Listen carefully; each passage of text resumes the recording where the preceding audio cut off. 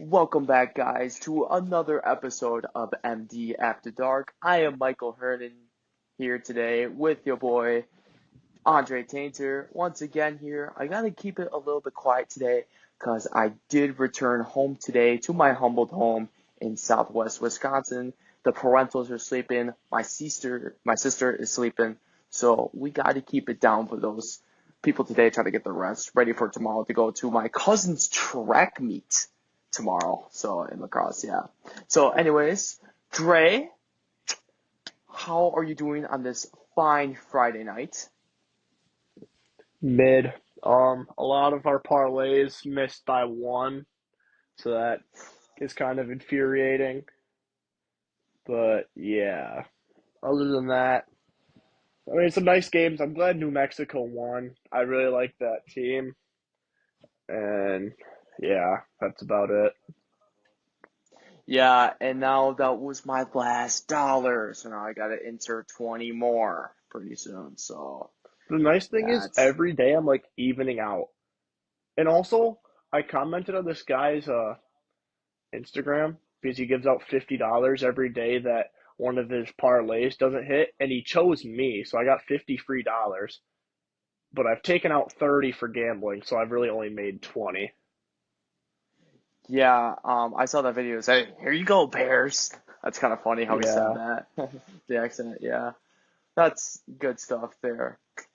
All right, so there's still some college basketball and some NBA going on right now. So we're gonna start with some news in the NFL world. So we had two free agent signings happen today. So Brandon Cooks is returning back to the Saints with a 2-year, $13 million deal. So again, Brandon Cooks returning back to the Saints after originally bouncing around a lot of places. So, Dre, your thoughts about Brandon Cooks signing to the Saints? I mean, good signing. I feel like he could still be good. I mean, when you play for the Cowboys, you're obviously going to underperform. But other than that, um, yeah, I mean, good signing for the Saints. Getting a little bit more speed, even though he's getting a little bit older. But yeah. I feel like Brandon Cooks is one of the most underrated wide receivers, especially when he was on the Texans. Like he was silently just like putting up 1,000 yard games, which is really just incredible, especially how bad the Texans were and like how much of an hmm impact he had on the Patriots teams when they made Super Bowls. So I think Brandon Cooks has been a very underrated wide receiver his whole entire career.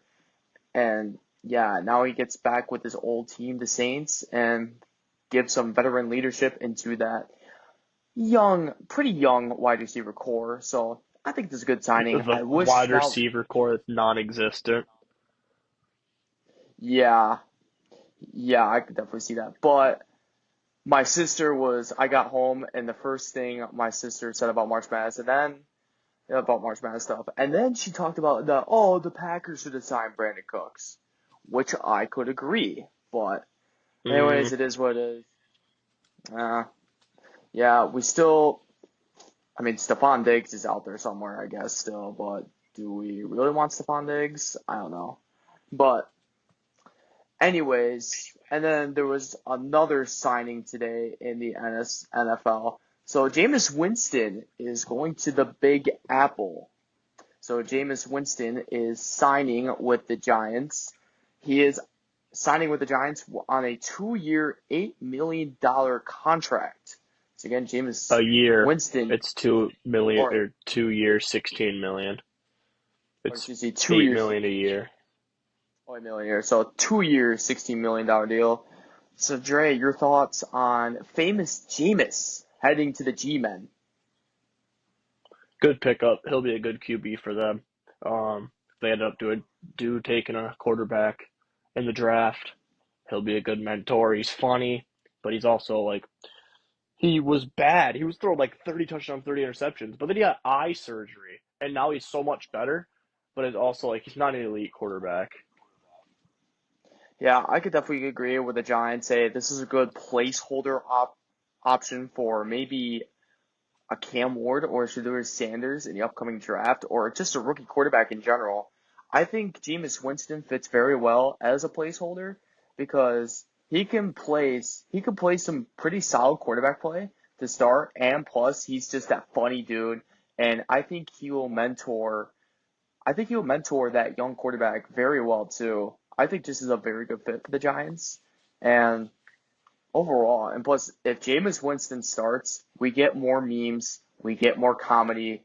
The NFL wins as a whole. So, either comedy on the field with the interceptions or off the field with his W's eating, of course. But he can throw some touchdown You know, passes too. Don't deny that too. Jameis Winston is one of the more underappreciated quarterbacks in the league, certainly for sure. But I'll be looking forward to Jameis Winston and his time in the Big Apple. I'd be interested to see how he does with that media as well. So yeah, any final thoughts about either the Brandon Cooks or the Jameis Winston signings from today? I got nothing. Nothing indeed. Alrighty, and with that, in that case, boy, is my TV behind? Because right now I have Liberty, Oregon, and that's like at a minute 40. Meanwhile, ESPN has them at 54 seconds. So I don't know. My TV's usually behind on that stuff. But anyway, before we get to March Madness, Liberty, Oregon's going on. There was only one. That's right, one NHL game tonight, and that one was between the Blue Jackets and Penguins, which the Penguins ended up winning 6-3. That's huge for their playoff chances.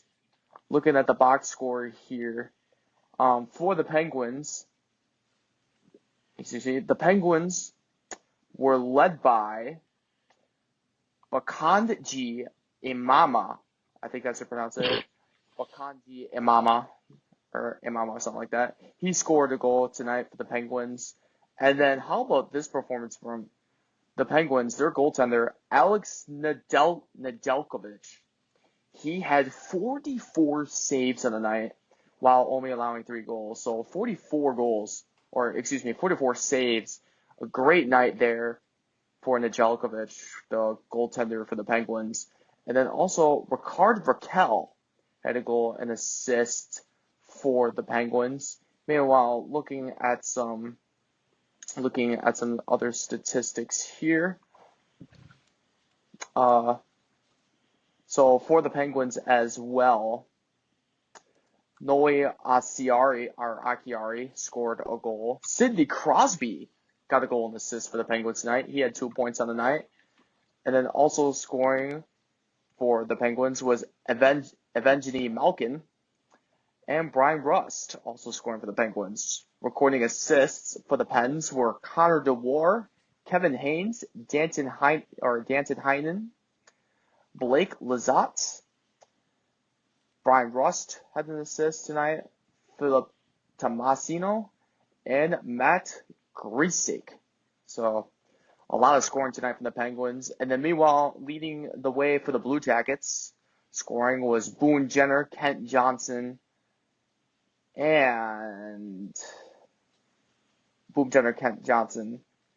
Justin Danforth scoring goals for the Blue Jackets. Assisting tonight was Yegor Chinnikov, Sean Corrali, and Matthew Olivier assisting for the Blue Jackets. So, any thoughts on this lone NHL game from tonight?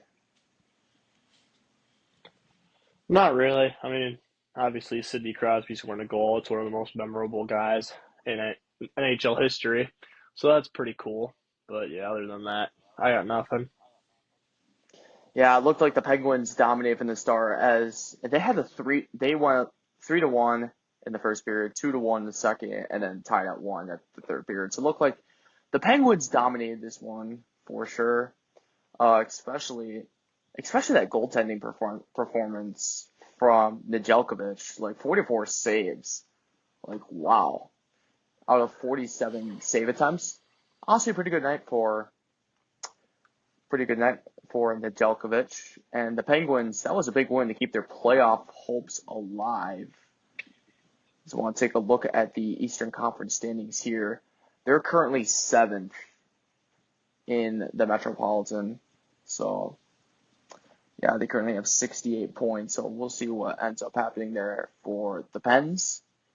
And meanwhile, that was it for the NHL day. Meanwhile, of course, we got some March Madness happening today. And let's take a look at some of the actions. We're not going to go in depth like we did yesterday. That was just part of or actually, yeah, we can. We can go in depth. So starting off the day was ninth seeded Baylor defeating 8th seeded Mississippi State by a score of 75-72. It was a very close one, but Baylor able to pull it out at the end after basically leading for the entire game. Leading the way for Baylor was Robert Wright III, who had 19 points for the Bears tonight. Also, VJ Edgecombe had 14 points for Baylor, and Norchad Omir had 12 points and 10 rebounds. And then for Mississippi State, they were led by Josh Hubbard, who had a pretty good night, or a pretty good day, excuse me. He had 26 points for the Bulldogs. And then also coming off the bench, Riley Kugel had 11 points, and Keyshawn Murphy had 10 points. So, Dre, what are your thoughts about this matchup for today? Um, it was close the entire game, and then I only saw the end of the game highlights. VJ Edgecombe is going to be a lottery pick this year. I mean, it was just clutch free throws from him at the very end. But yeah, the game could have gone either way. I don't really have much to say on it. Yeah, I think these 9 and 8 games are some of the most fun games to watch in the NCAA tournament, and definitely Baylor Mississippi State. Yeah, there was times where Baylor had a small lead, then they would have a run. Then Mississippi State had runs, kind of just back and forth, and eventually Baylor just pulled off in the end. Sadly, I did pick Mississippi State to win this game, so yeah, that makes me look discreditable. But anyways, let's continue with our next game we have here. Alabama avoids a shock. They defeated Robert Morris tonight 90-81. See, leading the way for the Crimson Tide was who else but Mark Sears. He had 22 points, 10 assists, and 5 rebounds in the day. Michael, he only shot 1 for 5 for the 3-point line and 5 for 12 from the field, but he shot 11 from 13 from the charity stripe. My goodness, Mark Sears, he had a day at that free throw line. And then coming off the bench for Alabama, Mohamed Diobade, had 18 points and 10 rebounds.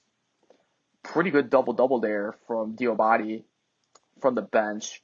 And then Cliff Omori, the Rutgers transfer, he had 17 points on the day. He only had 4 rebounds, which is usually a low for Omori on the season. But anyways, very good solid performance from the Crimson Tide today offensively. And then meanwhile, leading the way for Robert Morris was Amarion Dickerson, who had 25 points from 11 from 22 from the field. He only shot 1 for 8 from the 3-point line, and yet still putting up 25 points. While these guys know how to score while struggling for the 3-point line, that's impressive. And then Alvaro Fulgueras had 15 points and 10 rebounds. Josh Omojafo had 12 points for the Colonials. And then DJ Smith had 10 points for Robert Morris as well. So, Dre, your thoughts on Alabama almost getting beat today? Just shows that Alabama is not as good as everybody thinks. They have draft picks. It's kind of like what Jack Golke said last year. Any team, well, I'll put it in my own words. Any team can put up a fight against these good teams, even though they might not go to the NBA.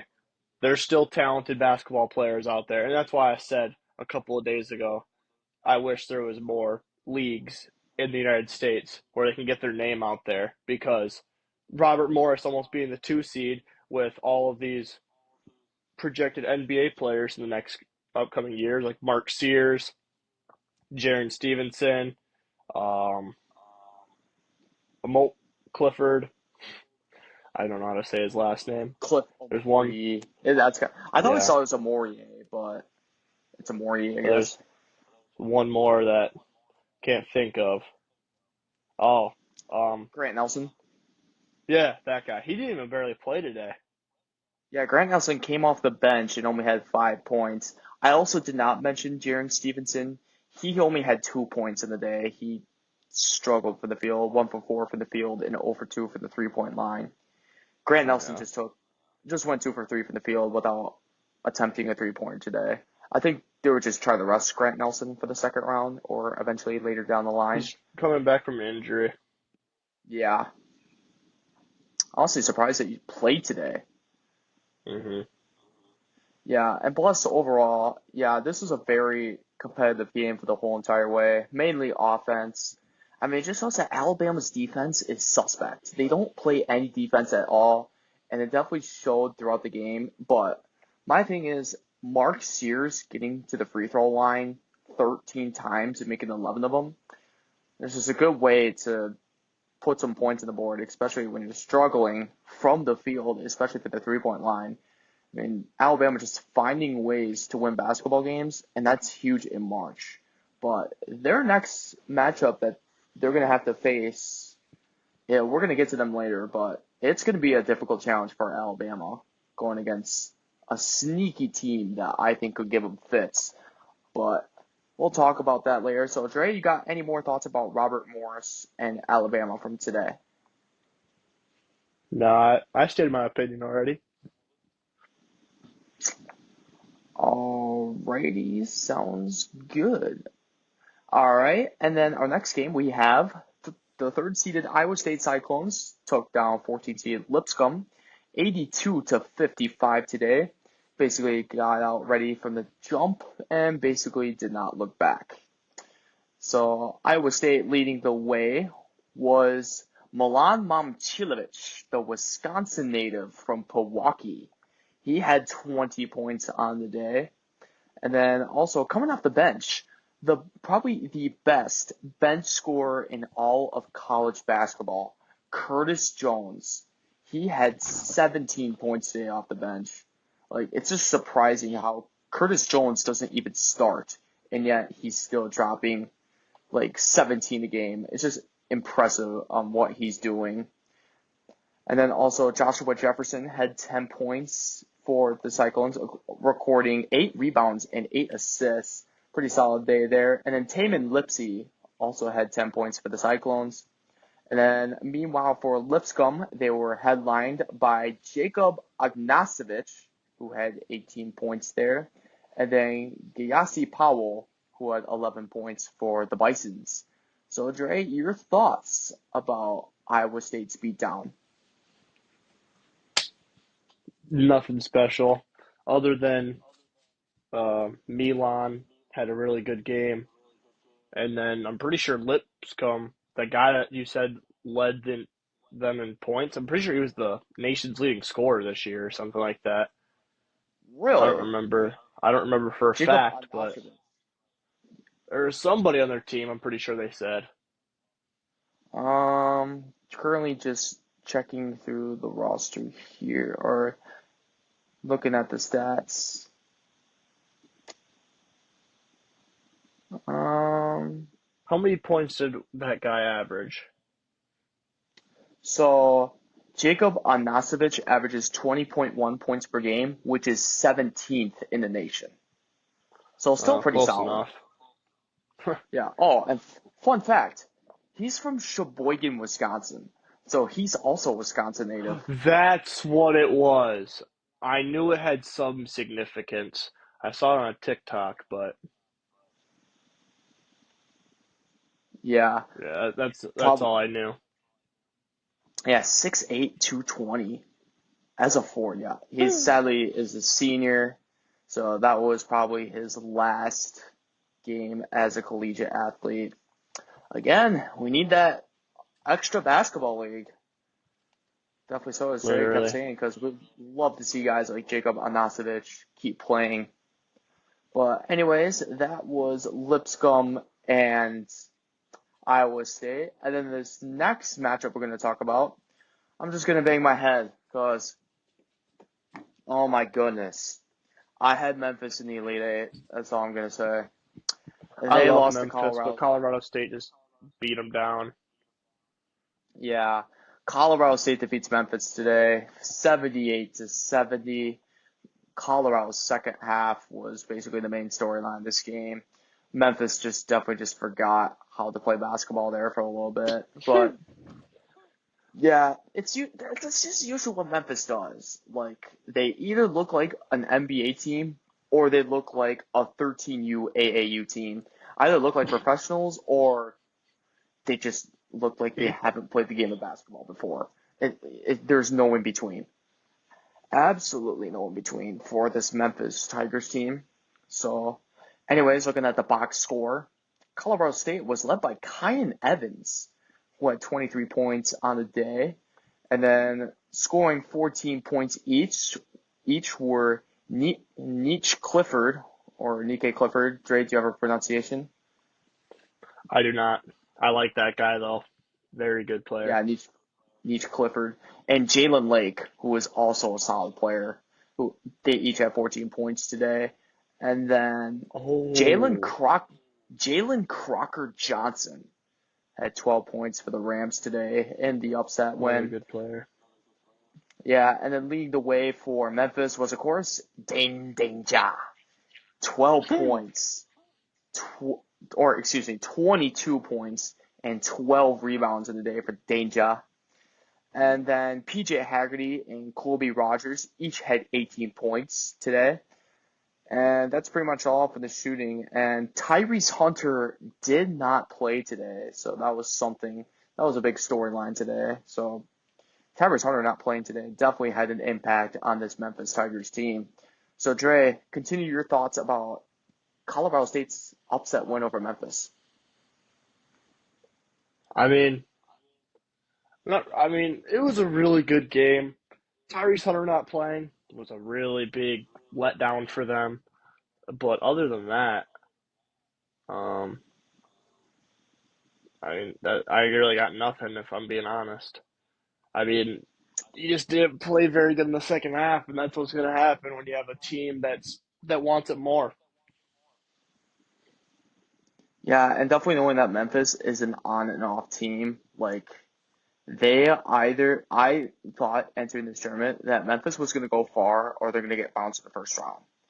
And I picked them to go far, and guess what happened? They got bounced in the first round. So, they're kind of disappointing. That's really disappointing there for Memphis. But anyways, Colorado State's moving on. Good for the Rams. Very, so much talent on the team. Colorado State had a rough first half of the season and had a great second half. And this second half here, basically the main reason why Colorado State is having some success in the NCAA tournament right now.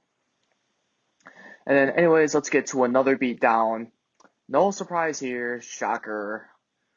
The number one seed Duke defeated 16 seeded Mount St. Mary's 93-49. Sadly, I did leave my belt at college, so I can't bring that out again. Sadly, so we're gonna have to wait a week for that thing to return. So, anyways, leading the way for Duke was Tyrese Proctor. He had 19 points today from 6 of 9 shooting and 6 of 8 from the 3-point line. Great day shooting for Tyrese Proctor. And then Cooper Flagg had 14 points and 7 rebounds. Nothing new for Flagg. And then Kaman Malawak had 11 points for the Blue Devils today. And then coming off the bench for Duke was Caleb Foster. He had 12 points today. And then, of course, we got to mention the Wisconsin native, Con Knuppel, had 6 points, 3 rebounds, 2 assists today. Con Knuppel's younger brother actually played at State for Wisconsin Lutheran today. And Kager Knuppel played at State for Wisconsin Lutheran today. And don't remember if they won or not today. But, yeah, so both of the Knuppels were in action today. Meanwhile, looking at Mount St. Mary's, they were led by Aradius Keys, who scored 15 points off the bench for the Mountaineers tonight.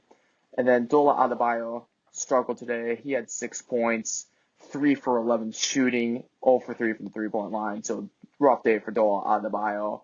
So Dre, your thoughts on this beatdown? Nothing special. Nothing really you can say about it. Duke is just better. Like there's like I don't know. I would have rather seen like a Robert Morris play them. Yeah, I definitely agreed. And does this result here, does this give you any like optimism about Duke becoming a national title contender, or is it just you No, expected this to happen? You did no. expect this to I just happen. expected this to happen. Yeah, I think that's what everyone else thought too. I mean, Mount St. Mary's, they barely got by, an American team without Matt Rogers. And then, of course, you're going up against Duke, one of the best teams in the nation. Sadly, no chance for Mount St. Mary's. I mean, they did win an NCAA tournament game. They're happy to be here, but they just Hmm. ran into a high-powered Duke offense, sadly. With their best player being rested for a week. Yes, that is the case as well. And then moving on, St. Mary's won a grudge match against Vanderbilt today, 59 to Hmm. 56. You want to talk about some old school basketball, grinded out defense. This was the game for you if you love that type of style. Leading the way for St. Mary's was Jordan Ross, who had 15 points for the Gales, and then Augustus Mariucciosas, he had 14 points and 8 rebounds for the Gales.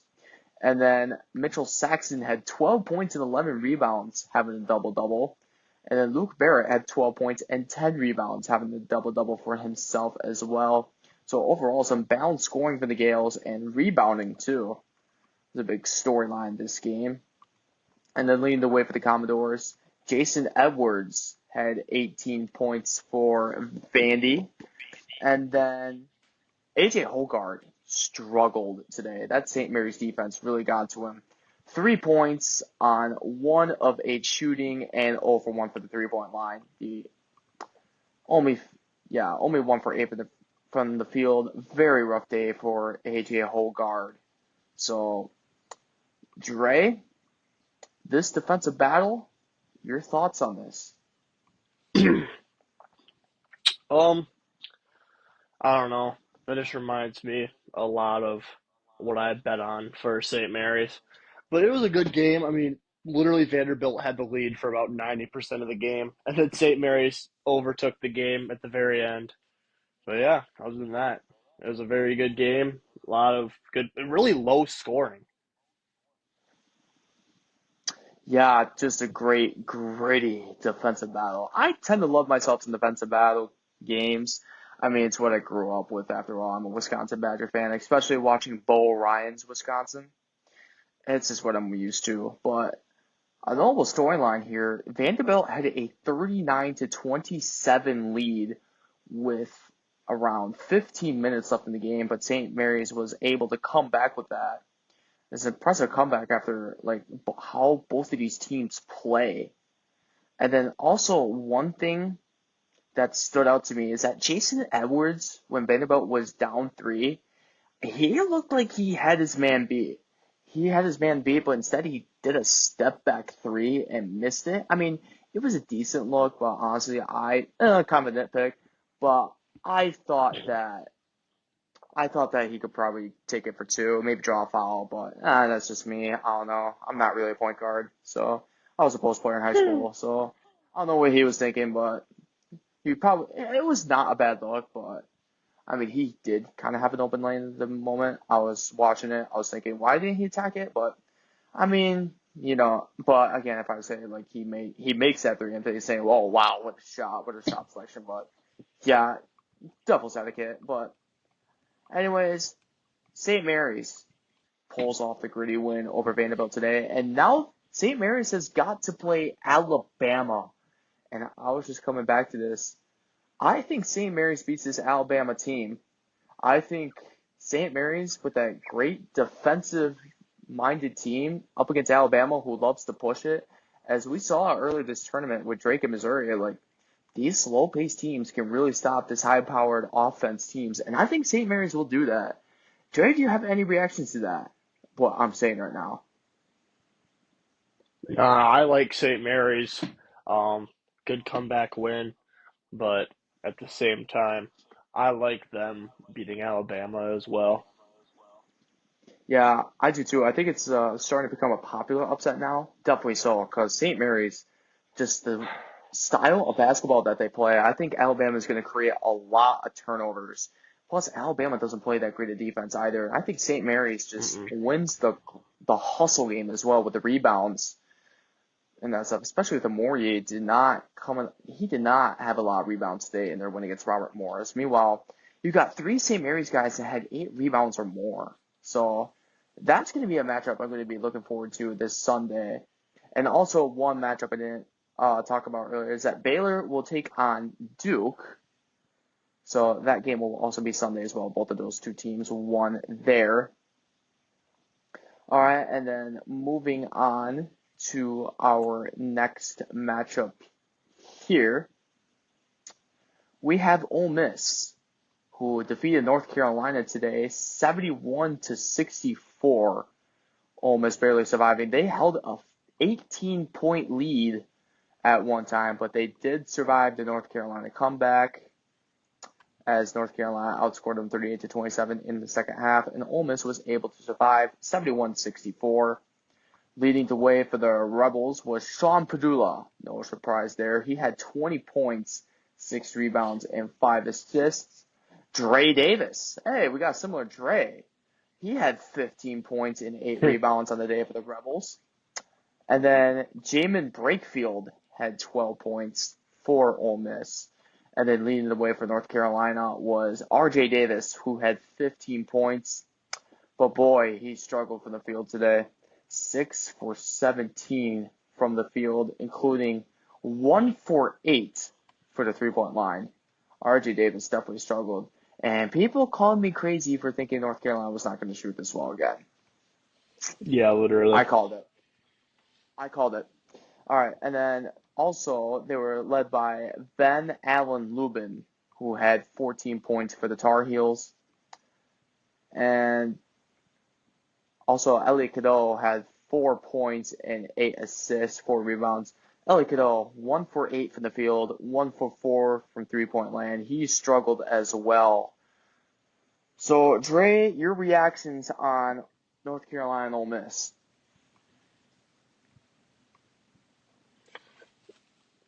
I wanted Ole Miss to win. I don't like North Carolina. I don't think they belong there.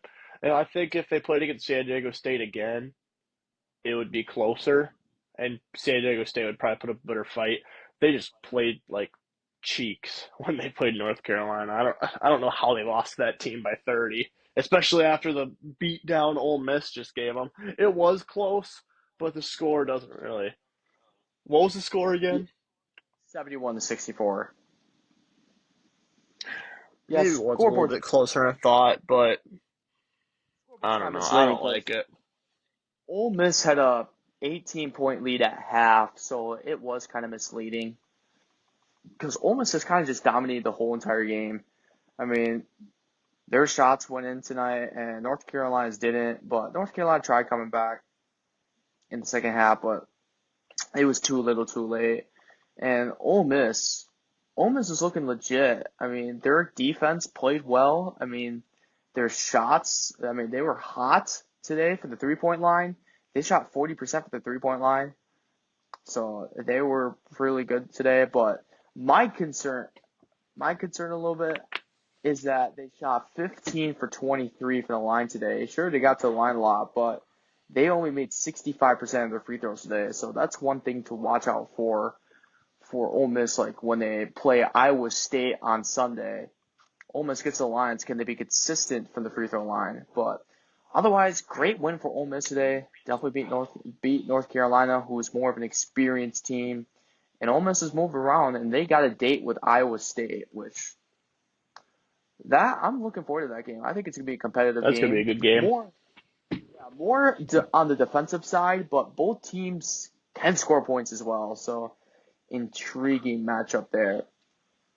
All right. And now, what was I on when I picked Grand Canyon, bro? I was on something. I Yeah, picked what Grand Canyon. was that? Only thing I got about Yeah, that game is that Grant Tyon guy is Tyon pretty Grant damn Foster. good. Yeah, Yeah, he's good. I was okay. So, anyways, Maryland has defeated he was Grand just Canyon glazing. 81 to 49, and I had Grand Canyon win this one. Good And pick. I Good pick, Michael. yeah, I was thinking because Ty and Grant Foster was going to give him fits, and I thought they had an experienced He team. did. He did. He gave him Ty a and Grant, fit. He was the yeah, only. He was the only one that gave them a fit. he was the, yes, he was the only one they gave him fits. We're going to get to the box score later, and we're going to show how bad Grand Canyon was today, except for Ty and Grant Foster. But anyways, let's get to Maryland first. I mean, leading the Terps was Julian Reese. He had 18 points and 9 rebounds today. And then Jacoby Gillespie had 16 points today for the Terps. Salta Miguel had 13 points as well. And then Derek Queen, look at this stat line, 12 points and 15 rebounds. Derek Queen just Mm-hmm. dominated the glass today. And then Deshaun Harris Smith had 11 points for the Terps. And then we're going to take a look at Grand Canyon. We're not going to worry about any other than the stats. We're just mainly going to look at the points section because my goodness, this was terrible. Tyon Grant Foster had 23 points, and he went 5 for 13 from the field and 3 for 7 for the 3-point line. And Tyon Grant Foster got his points mainly from the free throw line. He went 10 for 14 from the free throw line. And that's mainly where he got most of his points. But here comes where everything falls apart. You see, Tyon Grant Foster had 23 points, and they struggled. They think 23 points. I mean, Grand Canyon had a shot, right? How will the rest of the teammates do? Ray Harrison, 6 points. Jacoby Coles, 4 points.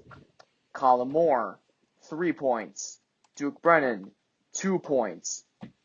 Luke War, 4 points. Makai Williams, 4 points. Caleb Shaw, 2 points. Austin Marr, 0 points. And Traviar Jackson, 0 points. So that's right. Tyon Grant Foster was the only Antelope to have over 7 points. That was bad. Yeah, So bad. that was terrible. That was terrible. And also, I looked at the free throw line too. Tyon Grant Foster went 10 for 14 from the free throw line. And then Luke War went 1 for 2. Styles Phipps went 1 for 2.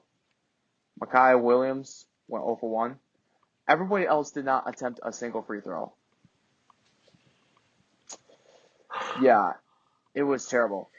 Grand Canyon They shot shot like 20. 93s. Yeah, Grand Canyon went 5 for 23 from the 3-point line today, 21.7%.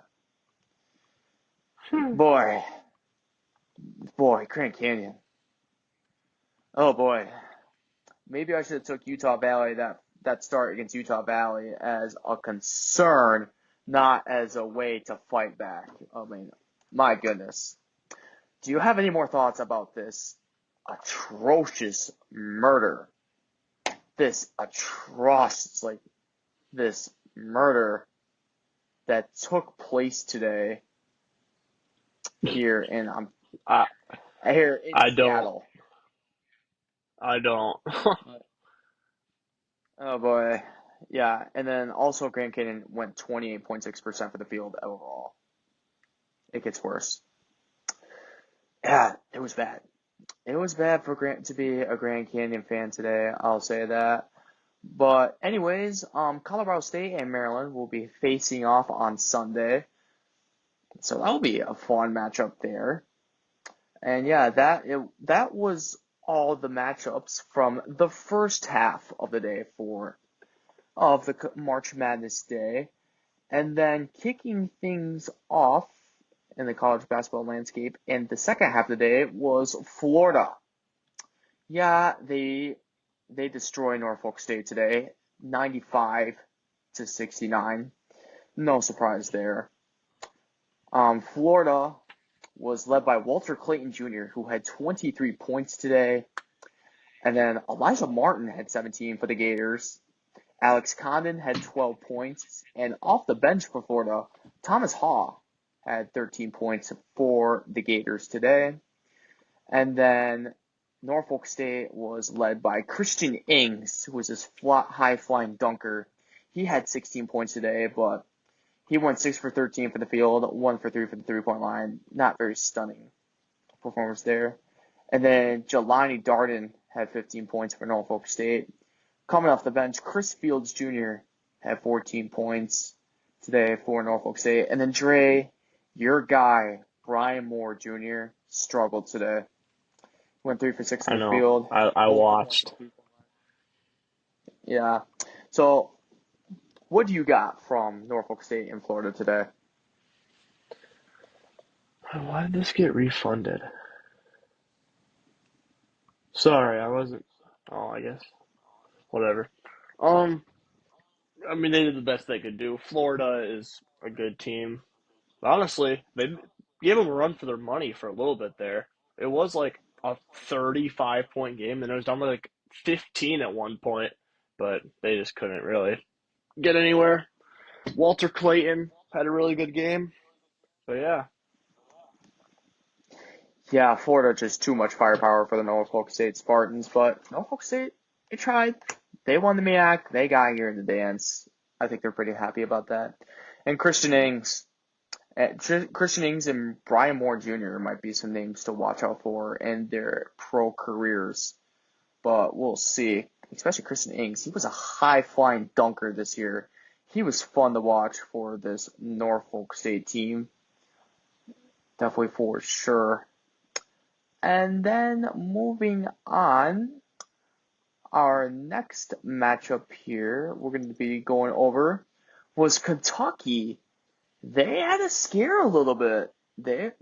Troy was with them, but then Kentucky eventually had a big second half, and Kentucky defeats Troy 76 to 57.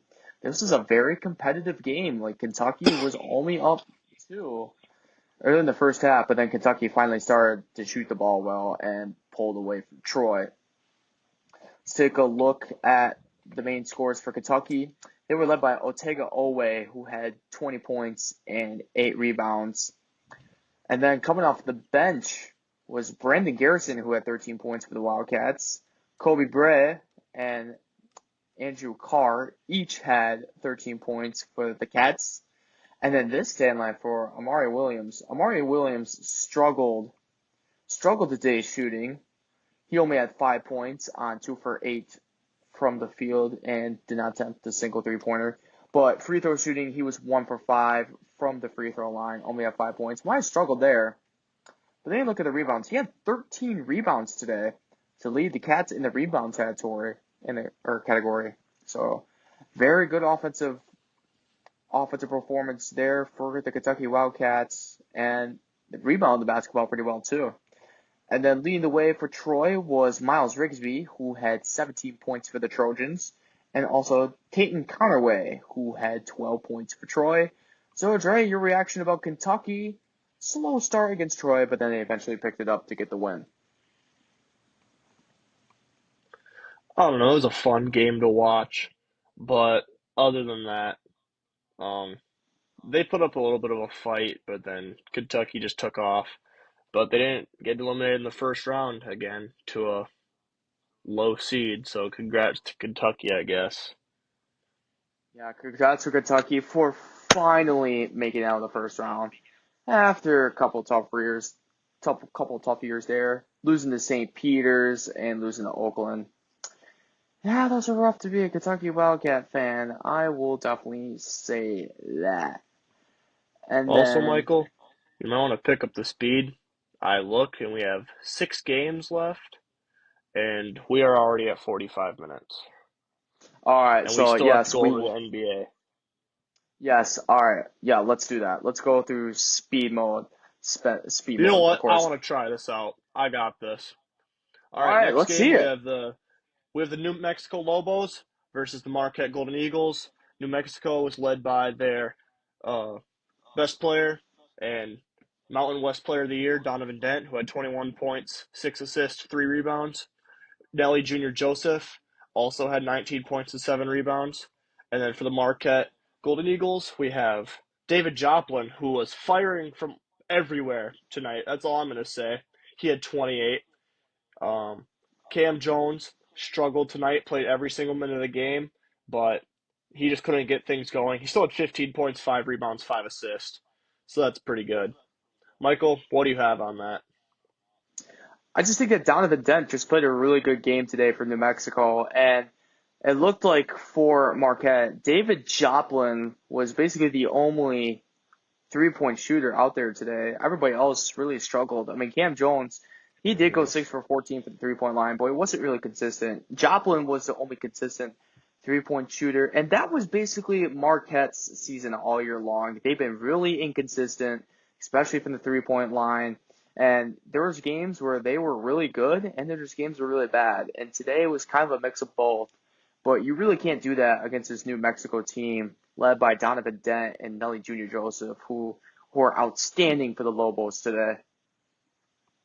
Yeah, and also, even though Marquette shot lower from the field at 40.7%, they actually shot a percent better than New Mexico at the 3 point line, which is surprising. And obviously, Marquette did struggle from the free throw line at 58%, while New Mexico shot 85. And New Mexico actually won the rebounding battle, but lost the offensive rebounding battle, which is kind of surprising. And they had more turnovers. So it's just like if Marquette would have shot a little bit better, that would have been a way different game. Any thoughts? Agreed. That's all I got. New Mexico, they're definitely gonna give their next opponent a run for their money, which we'll get to later. Mm-hmm. I like that. All right. Our next game is the Arizona Wildcats against the Akron Zips. Um, Leading the Zips was Jaden, or not the Zips, the Wildcats, sorry, was Jaden Bradley, who had 19 points. And what I learned today is that the Arizona Wildcats, they are very athletic. Carter Bryant had like 6 dunks, he had 12 points, and Trey Townsend had 16 points, 8 rebounds. And then for the Akron Zips, leading their scoring was Nate Johnson with 13 and Tavari Johnson with 13. And Shama Scott also had 11 points. Overall, Akron only shot 33% and 28% from three, and Arizona just was firing. They shot 56% from the field, 48% from three.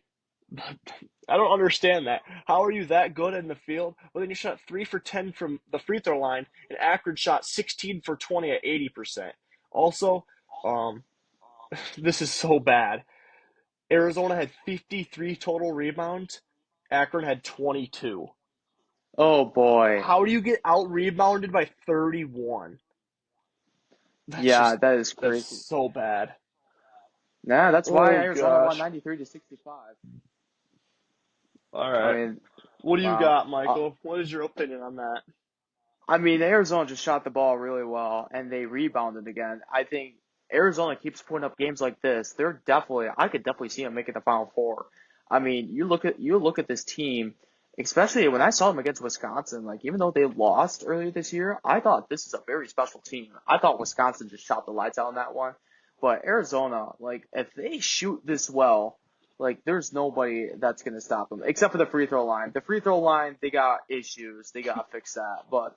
Anyways, you look at Caleb Love, who's been in college basketball for how long. He's a great three-point shooter. And also Jaden Bradley is a dog too. And then I love me some Trey Townsend. I love how he posts up in the block and does some tough post moves. And I love Trey Townsend as a player. KJ Lewis is a great piece off the bench. Carter Bryant as well. This is a very complete Arizona team. And I when they shoot the ball well. And plus the game against Houston, the Big 12 championship game, They played some outstanding defense, and they did that against Akron today. I mean, holding Nate Johnson to only 13 points, the MAC Player of the Year. I mean, overall, just a very complete performance for the Cats. Yeah. Um, where was I gonna go with that? Maybe lose my train of thought. Oh, do you know where Trey Townsend went to school before Arizona? Oakland. Yeah. I didn't know that until, well, I did know that, but it was the start of the season. All right. Our next game is another 8-9 game, which is a pretty good game. The Connecticut Huskies versus the Oklahoma Sooners. Connecticut won this game 67-59. Um, they were led by Solo Ball, who will probably come back for another year, with 14, Alex Caravan at 13, and then Samson Johnson with 8, and standout rookie, freshman, whatever, Liam McNeely with 8. And Tarish Reed also had 12 points. And then leading the way for Oklahoma was Jeremiah Fears. He's the freshman, right? Yep. Yeah, Jeremiah And Fears. Jalen Yeah. Moore, who had 13. Muhammad Wagu had 9. And everybody else really didn't do very much. Overall, not a very good shooting game for either team. 32% for Oklahoma, 43% for UConn, 17% from three for Oklahoma, 24% from three for UConn, and both teams were mid at the free throw line, 81 and 72 for their respective sides. UConn won the rebounding battle, offensive and defensive rebounds, but in turnovers were really the same. So, what do you got, Michael? I mean, this game just seems like a little bit of a mid off. I mean, it was a good defensive battle. I really liked how both teams. I mean, it was neck and neck the whole entire game. It was a fun game to watch, especially me that picked UConn. I was happy about this performance. I know how you feel about Dan Hurley, about last night. You went off about him, but anyways, I just think Dan Hurley just tends to seem to win in March, but that will be tested Sunday when they have to go up against Florida. But anyways, that was a gritty win for UConn. That was a gutsy performance for UConn that they won, and overall, they continue to win in March. It won't last for long. You think All Florida will right, beat them? 100%. Put a band on it. All right, our next game, the number 11 Xavier Musketeers versus the number 6 Illinois Fighting Illini. Um, Pretty mid game again. Illinois led almost the entire game. They were led by Will Riley with 22, Tomislav Ivic with 20. Their starters just took a bulk of the load, literally. Uh, Kylan Boswell with 15 and Kasparis Jakachonis with 16, one rebound away from a triple double, 10 assists. And then for Xavier, Zach Freemantle just didn't come to play today. He only played 26 minutes, 5 points. Um, Xavier's led by guard Dalen Swain, 27 points, 8 rebounds. Davian McKnight had 12, and Ryan Conwell also had 12, and Dante Maddox had 8. Overall, um, Connecticut, Xavier shot 40% from the field. Illinois shot 48. Both teams shot 40% from three, and Illinois did not miss a free throw. While Xavier shot 73% from the free throw line. Illinois destroyed the boards 45-25. Um, had way more turnovers. Xavier only had 5. They had 14. But and I mean, wow, that just surprises me. But yeah, it's kind of impressive. Kasparis Jekachonis almost a triple double in his first game in the NCAA tournament. Other than that, I got nothing. What about you, Michael? Yeah, I just think Illinois, when this team is fully healthy, because they were dealing with the flu back in February, this is a dangerous team to face. Like, if I'm Kentucky, I'm worried right now about taking on this Illinois team. I mean, this team is offensively, they're firing. Like, they got some great shooters, and heck, they can rebound the basketball too. Especially when they played Wisconsin that first time. They rebounded. They just kept getting offensive rebounds. It was annoying, but Illinois, they're playing really good basketball right now. I definitely do not want to face this Fighting Illini team. Literally. All right. Our next game, we have 2 seed Michigan State versus 15 seed Bryant. Michigan State actually led them in the game for a while there, but late in the second half they just took off. They were led, they were led by Cohen Carr, the high flying lefty, with 18 points and 9 rebounds. Jace Richardson had 15. Trey Holloman had 14 off the bench. Jeremy Fears and Jaden Akins both had 11. Jackson Kohler had 9 rebounds, 4 points. And then for Bryant, they were led by Raphael Pinzon with 21 and 5. Earl Timberlake, there's a clip on the internet of him with a face full of blood, so that was pretty sick. He had 14 points, 5 assists, 4 rebounds. And then Keyshawn Mitchell and Barry Evans both had 7 points and 5 rebounds. And other than that, there ain't really nothing to say. Both teams shot below 50%. I guess Michigan State did shoot 39% from three. And both teams really struggled from the free throw line. 71% for Michigan State, 55% for Bryant. Again, Michigan State, the bigger team. Uh, they had 54 rebounds compared to Bryant's 29, and 4 less turnovers than Bryant. So that's probably the say of the game. What do you got, Michael? Yeah, I want to go back to that Earl Timberlake injury. Yeah, Bryant was up 19-17 at the time, beating Michigan State, and when he went to the locker room, of course, that face full of blood, getting elbow to the head, that stuff. That I thought that was over for Bryant. Like Earl Timberlake is the America East Player of the Year, and basically everything for this Bryant team. And when he went down, that's basically what started the downward spiral for Bryant. And Michigan State eventually picked themselves up. And Tom Izzo just continues to win. Great performance for Michigan State overall in that second half, but you gotta pick some stuff up if they want to get ready for New Mexico, which I think will be a phenomenal game. I like that matchup. All right, in our final college basketball game of the night, we have the Oregon Ducks versus the Liberty Flames. Oregon just blew them out of the water the entire time. It kind of reminded me of the UCLA game from yesterday, so that was pretty cool. Um, Nate Biddle had 14 points and 10 rebounds, a double double. Jackson Shelstad, the sophomore, yep, he had Chris 17 and 4. Keyshawn Bartholomew. Wow, you could have just named your kid Bartholomew, but whatever. He had 10 points. And then Kwame Evans, Supreme Cook, TJ Bamba had 6, and Dadrian Tracy had 7. Kwame Evans also had 7 rebounds. So a very mixed scoring effort for the Oregon Ducks. And then for the Liberty Flames, you have Zach Cleveland, that's kind of sad, who led them with 10 points, 6 rebounds, 6 assists. Caden Metheny, wow, had 9 points. Talon Peter and Brett Decker Jr. both had 8 points. And wow, Brett Decker had 8 points in 8 minutes. That's probably could have used that before they were down by 30, but all right. And Javen Mogmer had 7. Overall, Liberty shot 32%. What Oregon had 54% from the field, while 47% from three. While Liberty shot 8 for 37. Dang, 4 for 8 from three at the line.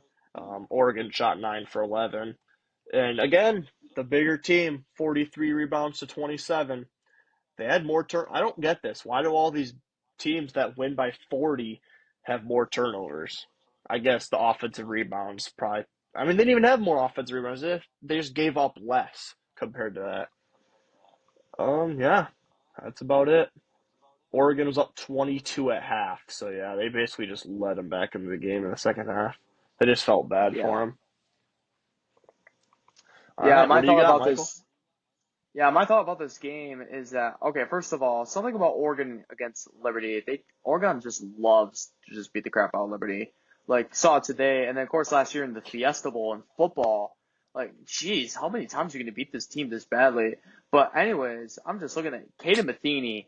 Yeah, of course he said he had 9 points. He went 3 for 13 from the field and 3 for 12 from the 3-point line.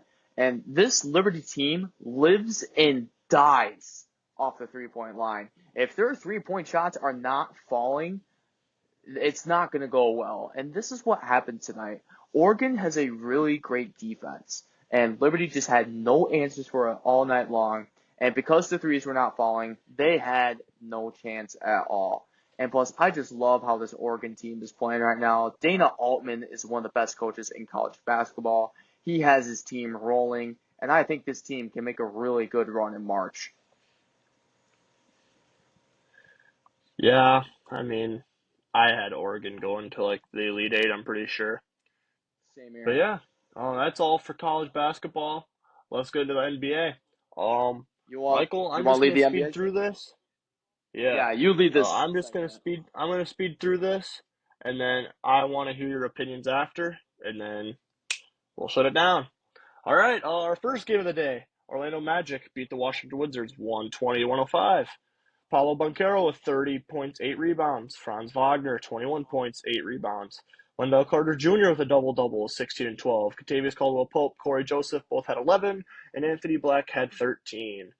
The Washington Wizards were led by Alex Sarr with 19 points, 10 rebounds, a double-double. Keyshawn George had 7 points, 8 assists, 4 rebounds. And Jordan Poole had 18 points, 2 assists, 2 rebounds.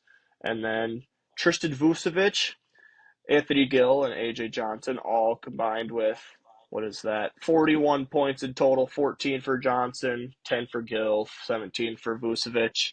And then overall, Wizards shot 42% from the field. Magic shot 49 or 48. Both teams shot above 40%, but the Wizards struggled from the free throw line at 73, while the Magic shot 84. Magic had won the rebounding battle with 5 more offensive rebounds, 55 in total, and then had less turnovers. So there we finally have a team that turned the ball over less. All right. And then our next game, we have if it'll load, the Rockets versus the Heat. This was a game I was checking into. Rockets were led by Fred VanVleet with 37 points and 3 assists. Wow. Wow. And our most disappointing player of the night, give it up for Jalen Green. 6 points on like zero 3-pointers. Played awful. Jabari Worston Smith, would give him 11 points. the Worston would give him Yeah, the not him award. literally. Jabari Smith, 11 points, 6 rebounds. Amin Thompson, 18 points, 9 rebounds, 5 assists. Alperen Sengun, 2 points away from a double-double, 8 and 10. Dylan Brooks, 11 points. Miami was led by Andrew Wiggins with 30 points. Kel'el Ware, who keeps just adding on to his rookie resume. If he played like this the entire season, he would be second in Rookie of the Year behind Jared McCain if he didn't get hurt. 16 points, 14 rebounds. Bam Adebayo, 16, 6 and 6. Davian Mitchell, who has been a very good pickup, even though the Heat have been falling down the ranks. 12 points, 4 assists, 3 rebounds. Tyler Hero, 8 points. Disappointing night. Heat shot better than the Rockets, 52%, but the Rockets beat them with 50% from the three-point line. Excuse me. They shot below 50% from the free throw line, though. And then, yeah, the Houston uh, beat them in the rebounding department, 46-34. They turned the ball over 5 less times, had 9 more steals, and 2 less fouls. Yeah, I mean, other than free throws, I mean, Houston just beat them in all aspects. All right, our next game is going to be the Pelicans and the Timberwolves. I'm going to speed through this one because it was a blowout, 134-93 for Minnesota. Jordan Hawkins, CJ McCollum had 15, 10 for Hawkins, 10 for Kelly Olynyk, 14 for Bruce Brown, uh, 15 for Naz Reid, 20 led the Timberwolves, 17 for Jaden McDaniels, 15 and 11 for Gobert with a double-double. Anthony Edwards in 26 minutes had 17 points. Jalen Clark, 11 points. And then overall, wow, like I don't even understand that. Oh, that's why. So the Pelicans shot 50% from the field, but the Timberwolves shot better. They shot 35% from the three-point line, 43 for the Timberwolves. Timberwolves shot 95% from the free throw line, and Pelicans shot 63. They only got out rebounded by 3, but they turned the ball over 25 times compared to the Timberwolves 13. All right, moving on. We have the Hornets and Thunder. Again, another blowout. Hornets lose 106 to 141. They're led by Miles Bridges with 20, Daquan Jeffries with 11, KJ Simpson with 10, Josh Green with 12, Nick Smith with 14, Seth Curry with 11, Musa Diabate with 12. All around mid effort for the Hornets. Thunder were obviously led by a free throw merchant, should not win MVP. Jokic is better. Gilgis Alexander with 30 points. Isaiah Hartenstein 12 and 10 double double. Wiggins with 12, 11. Holmgren with 14. Jalen Williams, the IN one with 14. Isaiah Joe with 14. Kynrick Williams with 11. Caruso with 9. Overall, Hornets shot 46%. Thunder shot 57. Thunder shot 53% from the free throw line or 3-point line, excuse me, and Hornets shot 46. Hornets did not miss a free throw compared to the Thunder's 70%, 12 for 17. Thunder out rebounded them by 14, turned the ball over 9 less times. So yeah, that's the moral of the story. If you turn the ball over, you're not going to win. And we'll move on to the Spurs and the 76ers. 76ers all around effort. They had 3 guys that scored over 100, or 4 guys that scored over 100 points, not individually. Justin Edwards with 25, Yershon Yabusele with 23 and 9, Quentin Grimes a double-double, 25 and 10 assists, and Ricky Council with 20 points. Quentin Grimes, you could have made one free throw, you hit my parlay, thanks very much. The Spurs were led by Jeremy Sokan of all people, 23 and 9 rebounds. Devin Vassell, 20. Chris Paul and Cullen Johnson both with 18. Harrison Barnes with 14. And Blake Wesley with 10. 76ers shot better at 56%, even though the Spurs shot 52. Spurs did have them in the three-point department, though, 48% to 37. And then free throws, 76ers shot 70% to the Spurs 83%.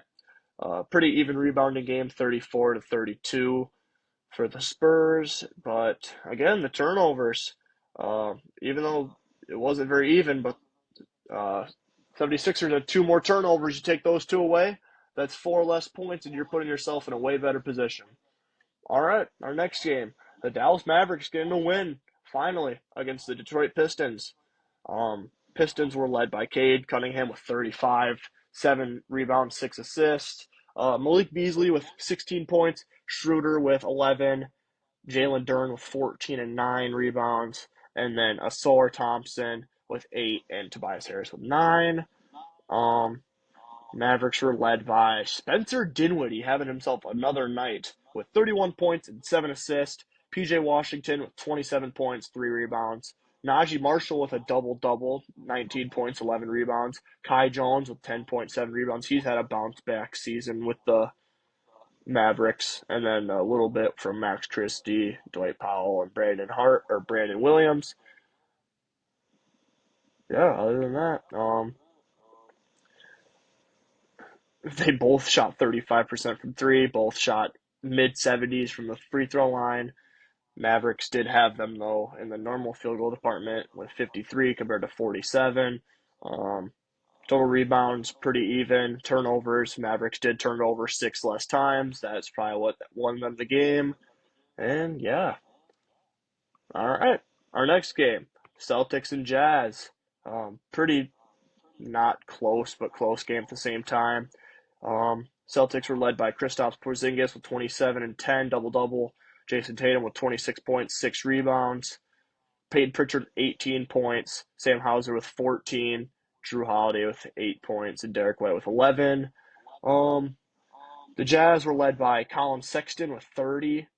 And then Keontae George had 19 points, 7 assists. Johnny Juzang with 11 points. Bryce Sensabaugh with 7, excuse me. Walker Kessler with 8 points, 11 rebounds. You usually see a double-double out of him. That's kind of surprising. Both teams shot around 45% from the field. Mid-game from the three-point line, Jazz shot 40. Celtics shot 33. Free throw line, Celtics had them 87% to 75.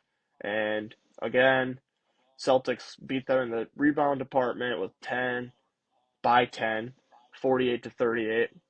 Seven less turnovers for the Celtics. That's probably also what won them that game. I mean, a lot of these bad teams, they have a lot of young guys, and they're turning the ball over a lot. The Cavs and the Suns are our next game. This game is way closer than it was. The Suns were winning by like 30 in the third quarter, but we're just going to ignore that. 112, 123, Phoenix wins. Evan Mobley double-double, 16 and 12. Max Struth with 9.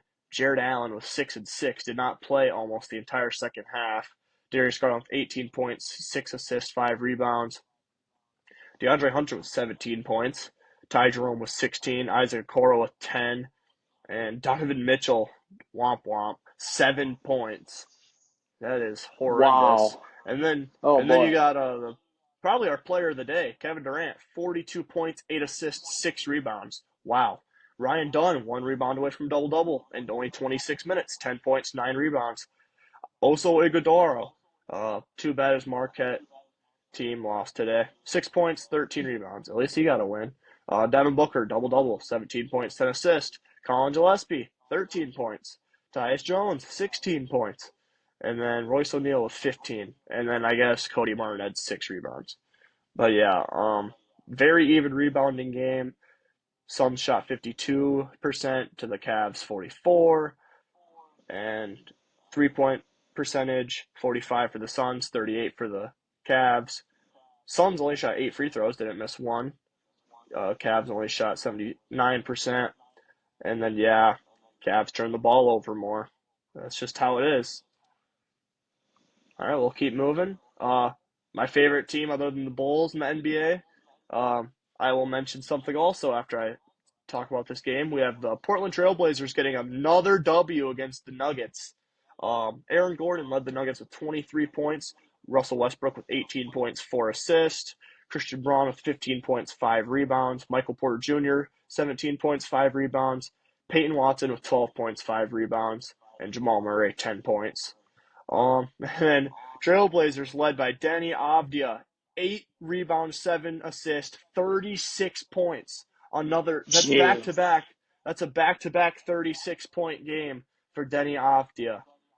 Just been playing amazing. I'm telling you, I guarantee you, Corey Kispert's going to get out of Washington and he's going to be a 15 points per game scorer on 3-pointers for a team. And then you have Tamani Kamara with 16.6 rebounds. Shaden Sharp, 23.6 rebounds. Scoot Henderson, 16 points. Duop Reith, another old veteran guy that's been getting buckets off their bench, 12.7 rebounds. And then Delano Banton, 19 points, 5 assists, 3 rebounds. Very good game for the Trailblazers. Trailblazers shot 54 to the Nuggets 50. 40% for the Trailblazers, 34.6% for the Nuggets from three. Both teams shot around 80% from the free throw line. Not a lot of rebounds. There was a lot of makes because only 38-31 for the Trailblazers on the rebounding, and both teams turned the ball over collectively as much. But yeah, and also we are gonna have coverage on April 4th. The Trailblazers at the Chicago Bulls. I will be there. I don't know if Michael will be yet, but I am going to that game. I'm questionable, by the way. We'll see what I That's got all going on, right. but we're gonna you gonna We will have coverage from that game. There will be clips on the TikTok. There will probably be some on the YouTube. It is going to be a great time. My favorite team versus a young team I really want to watch live. Fun day. It's going to be a fun day. You just wait. yeah, do like a whole blog. Yeah, I'm going to trust. And our final game of the night, even though we're at an hour and 15 minutes, I speed The ran longest by this. far. Yeah, Oh yeah, our easily the podcast get longest by longer far. every night. It literally has. The Grizzlies lost to the Clippers. Sorry, they were led by Jaren Jackson, 23 points. Santi Aldama with 16. Scottie Pippen Jr. and Luke Kennard both had 15. Desmond Bain with 10 and 5 assists. Zach Edey with 8, Jay Huff with 13. That was all in garbage time. Clippers were led by James Harden with 30 points. Kawhi Leonard double-double, 23 points, 10 rebounds. Norman Powell, 14 points. Ivica Zubac with 17 points, 10 rebounds, double-double. James Harden was also 1 assist away from a double-double. Chris Dunn with 11. Bogdan Bogdanovic with 16. And other than that, nobody really notable. And overall, Clippers shot 58% from the field to the Grizzlies 42. Uh, Clippers shot 50% from three compared to the Grizzlies 39. They also shot way better from the free throw line. Not really. 80% to 69 to the Grizzlies. Rebounding totals were basically the same. Turnovers were basically the same. They both didn't really make a difference in the game. But yeah, other than that, that's our last game of the day. But I just have one question for Michael on our parlay segment.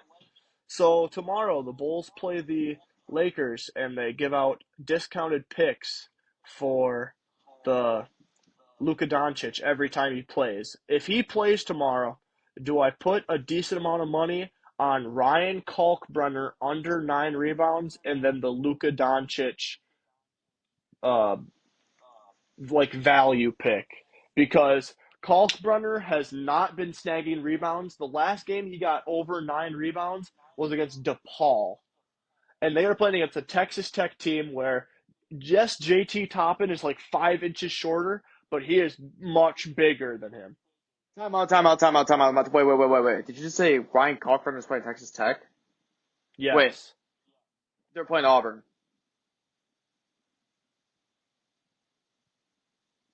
Oh, you're They're right. playing Auburn. Bro, what was I looking I at? hit Wait, up. who does Texas Tech play? Hang on. Hang on. St. John's. Where did I get Texas Tech from? They play Drake. That's why. Because I was looking at Bennett Sturts.